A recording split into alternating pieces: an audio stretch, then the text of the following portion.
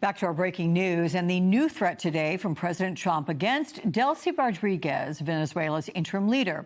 He told The Atlantic magazine, quote, if she doesn't do what's right, she's going to pay a very big price, probably bigger than Maduro. And his comments come in spite of his previous positions on U.S. intervention in foreign countries. You're tired of the reckless foreign policy, the crazy wars that are never won. We will abandon the policy of reckless regime change. Stupid people that have been running this operation for 30, 40 years, and they come out against me, and all they did is stick us in these endless wars. We're pulling, finally, these endless wars, and we had to fight other things. When I'm back in the White House, we will expel the warmongers, the profiteers, and take over our government, and we will restore world peace. Well, joining me now, journalist Michael Scherer, author of that Atlantic article. Michael, welcome to the show. First of all, how'd you land the interview with the president? And given his own history, were you surprised by his new threat? I landed by calling him. I've called him several times before. I knew he had just arrived at his Miami golf course because of the pool report, and I just called him, and he picked up the phone. I was not surprised. I mean, there was a discordant day yesterday. If you remember, he gives a press conference in which he says Venezuela's Vice President Delcy Rodriguez is talking to Marco Rubio, is willing to work with the U.S., do what we want, and then she quickly came out with a televised statement after that, rejecting what the U.S. had done, saying the country was united against intervention, demanding the return of Nicolas Maduro. And so there was a disconnect there that I asked him about, and his answer was to sort of up the threat specifically against her, whom he had not as directly threatened before.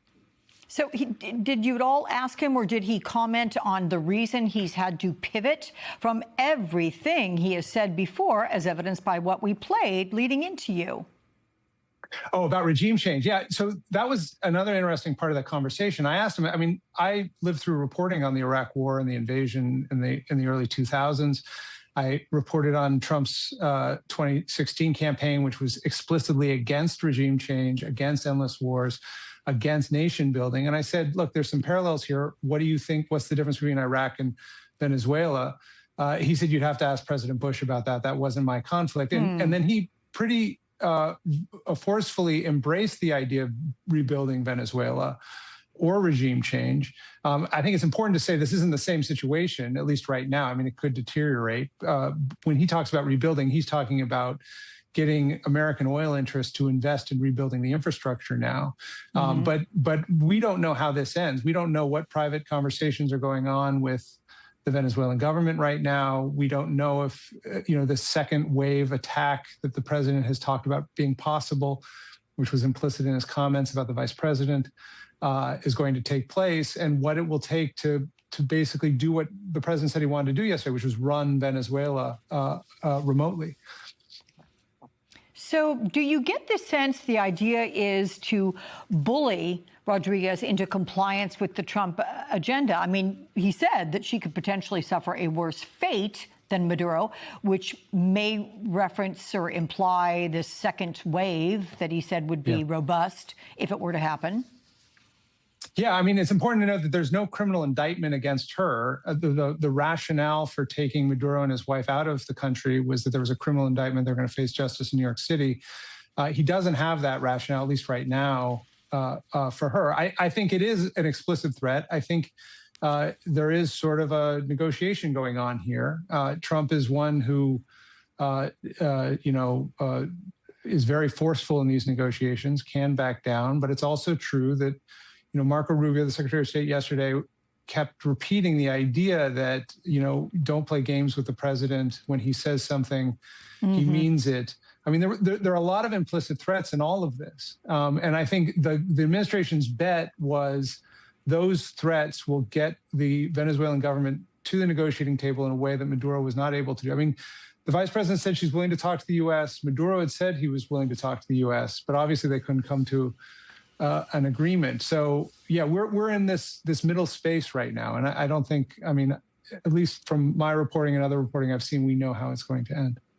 So it's been an interesting sort of, if past is prologue level of discussion around, in your interview, Trump also once again mused around Greenland, saying it was up to others to decide what U.S. military action in Venezuela means for Greenland.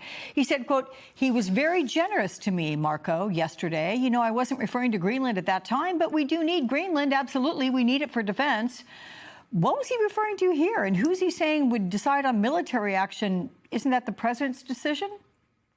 Yeah, so he has talked about a new Monroe Doctrine, which is basically a Western hemispheric doctrine that says European countries should not have, colonial influence in our hemisphere. He's maintained from his inauguration that U.S. needs Greenland, that he wants U.S. control of Greenland. Denmark, which controls Greenland now, has been pretty forceful in resisting that. So there's a standoff there. I asked whether Rubio's comments yesterday were a threat to Greenland. This is another country he said we're going to take control of, and Denmark's resisting that.